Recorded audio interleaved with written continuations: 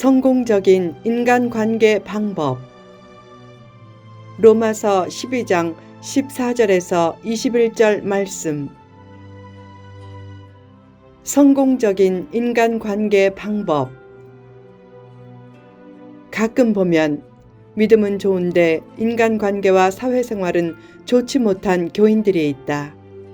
교인은 도덕과 윤리에서도 불신자보다 나은 모습이 있어야 하고 인간관계와 사회생활에서도 모범이 되어야 한다. 어떻게 해야 성공적인 인간관계를 할 수 있는가? 1. 원수를 축복하라. 원수를 축복하고 더 나아가 사랑하는 것은 어려운 일이지만 그것은 사탄을 이기고 마음의 평안을 빼앗기지 않고 결국 자신이 축복받는 길이다. 원수 갚는 일을 하나님의 손에 맡기면 하나님이 가장 멋지게 갚아주신다.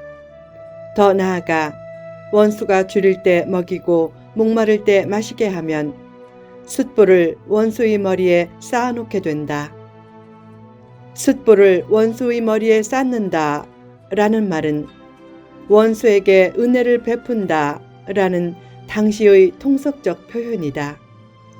원수를 축복하고 원수에게 은혜를 베풀면 자신이 망할 것 같지만 오히려 더 잘되고 더 축복받는다. 축복을 원하면 원수를 축복하고 미운 사람을 좋아하고 용서하기 힘든 사람을 용서하라. 축복이 필요 없으면 본능대로 원수를 미워하면 된다. 세상에서 제일 축복을 많이 받는 자는 축복을 많이 해주는 자이고 제일 불행한 사람은 남을 저주하며 사는 자다. 남을 축복하면 자신이 축복받고 남을 저주하면 자신이 저주받는다. 축복과 저주의 씨앗은 남이 뿌리는 것이 아니라 내가 뿌리는 것이다. 예수님은 말씀했다. 또 그 집에 들어가면서 평안하기를 빌라. 그 집이 이에 합당하면 너희 빈 평안이 거기 임할 것이요 만일 합당하지 아니하면 그 평안이 너희에게 돌아올 것이니라. 이 말씀은 축복 문제에서도 동일하다. 즉 어떤 사람에게 축복을 빌어줄 때 그가 축복받기에 합당하면 축복을 받을 것이고 축복받기에 합당치 못하면 그 축복이 오히려 축복을 빌어준 사람에게 돌아온다. 모두를 축복하되 특별히 축복을 더 받고 싶으면 원수나 악당이나 도저히 용서하지 못할 사람을 더 축복하라. 2. 마음을 함께하라. 사람에게는 남이 잘못되면 은근히 좋아하고 남이 잘되면 은근히 질투하는 본성이 있다. 그런 본성을 극복해서 남이 즐거워하면 같이 즐거워하고 남이 울면 같이 울어주라. 마음으로 함께 해주면 만날 때마다 좋은 느낌을 받고 대화할 때마다 힘과 기쁨을 얻는다. 시기심과 질투심을 극복하고 남의 좋은 일에는 같이 기뻐해주고 남이 칭찬받으면 같이 칭찬해주라. 사촌이 땅을 사면 배가 아프다는 말이 있다. 별로 왕래가 없는 사촌이라면 그런 감정이 들겠지만 어떤 사람은 형제나 친구나 교우가 잘 되는 것도 배 아파한다. 그 문제를 잘 극복해야 한다.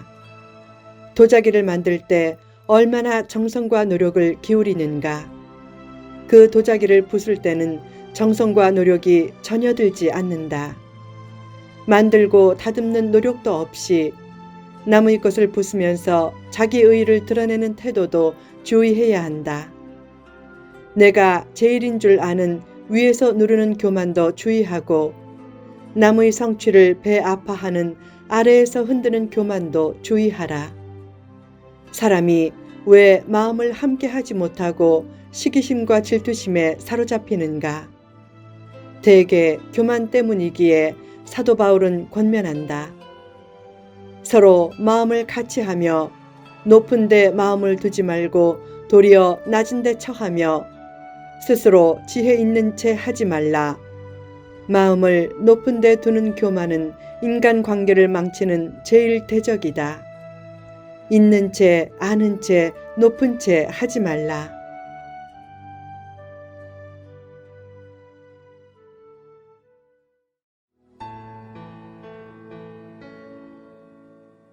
두 종류의 사람이 있다. 첫째, 자기가 부족한 줄 아는 겸손한 사람이다. 사실상 그가 지혜로운 사람이다. 배울 마음이 있고 말씀에 열려 있고 말을 아끼면서 늘 품어주려고 하기 때문이다. 둘째, 자기가 똑똑한 줄 아는 교만한 사람이다. 사실상 그가 어리석은 사람이다. 배우려 하지 않고 말씀을 경청하지 않고 말을 아끼지 않으면서 늘 가르치려고 하기 때문이다. 겸손한 사람이 있는 곳은 늘 평안하지만 교만한 사람이 있는 곳은 늘 불안하다. 삶보다 말이 앞서게 하지 말고 말보다 삶이 앞서게 하라. 교만 중에도 가장 주의해야 할 교만은 영적인 교만이다. 조금 더 기도하고 조금 더 알고 조금 더 교회에 오래 다녔다고 해서 남을 정죄하고 비판하는 현대판 바리새인들이 되지 않도록 지극히 주의하라. 사람은 겸손하면 천사처럼 되고 교만하면 마귀처럼 된다. 교만은 사탄의 제일 특성이자 패망의 선봉이다. 복된 인간관계를 맺고 복되게 살려면 겸손하기를 힘쓰라. 3. 평화를 추구하라. 인간관계를 잘 하려면 갈등을 일으키는 트러블 메이커가 되지 말고 감동을 주는 피스메이커가 되라. 피스메이커가 되려면 악을 악으로 갚지 말고 모든 사람 앞에서 선한 일을 도모하며 모든 사람과 더불어 화목하려고 하라. 사람은 다 연약하다. 완벽한 존재도 없고 완벽한 언행도 가질 수 없다. 때로는 누군가 마음에 들지 않는 행동으로 큰 상처를 남긴다. 그를 용서하라. 미워하면 상대보다 자기 영혼이 먼저 죽지만 용서하면 상대보다 자기 영혼이 먼저 산다. 잘 용서하려면 상대 입장에서는 그럴 수도 있었다고 여기며 그의 처지와 심정을 이해하라. 남을 용서하면 하나님의 용서를 받지만 남을 용서하지 않으면 하나님의 용서를 받지 못한다. 하나님은 연약한 인간을 불쌍히 여겨 용서하시고 한 번 죄 지었다고 해서 영원한 죄인이나 몹쓸 사람으로 보지 않고 늘 가능성과 장점을 보고 멋지게 쓰신다. 그 하나님의 성품을 닮아 선악간의 차이가 아닌 단순한 차이라면 차이를 차별로 격화시키지 말고 차이를 다양성으로 승화시키며 살라. 사람의 연약한 모습을 보면 비판과 정죄부터 하지 말고 먼저 불쌍히 여기라. 사람은 흰 종이에 까만 점이 있으면 대개 그 점만 보기 쉽다. 그런 성향을 따라 누군가 약점이 있으면 그것 한 가지만 보고 매장할 때가 많다. 예를 들어 교인이 술, 담배를 하면 그것 한 가지만 가지고 그를 정죄할 때가 많다. 그러나 술, 담배보다 더 나쁜 것들도 많다. 미워하고 시기하고 판단하고 정죄하는 것이 사실상 더 나쁜 것이다. 왜 비판과 정죄가 체질이 되는가? 비판과 정죄의 뿌리는 자기중심주의다. 자기 모습을 조금이라도 더 진지하고 진실하게 살피면 쉽게 비판하고 정죄할 수 없음을 깨닫게 된다. 혹자는 높은 사람은 마음껏 비판해도 좋다고 여긴다. 높은 사람이 비판을 많이 받는 것은 숙명이지만 성도는 남이 높든지 낮든지 남이 당하는 고통스러운 숙명을 당연하게 여기는 가해자의 입장에 서지 말아야 한다.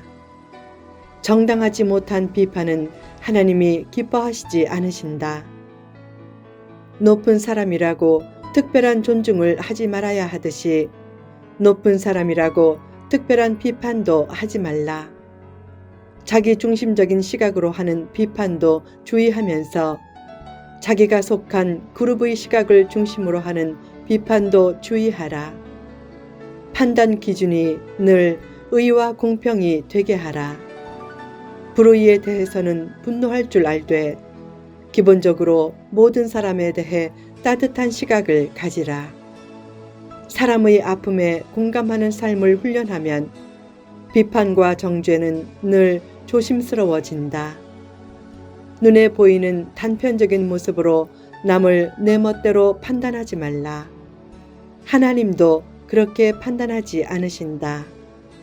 하나님은 성도를 보실 때 까만 점보다 흰 종이를 보신다. 남의 장점을 보고 그 안에 있는 하나님의 형상을 보고 그와 더불어 화평하기를 힘쓰라. 원수를 축복하고 형제 및 이웃과 마음을 함께하며 모든 사람과 더불어 화평하기를 힘써서 좋은 인간관계를 통해 하나님의 은혜와 축복을 예비하라.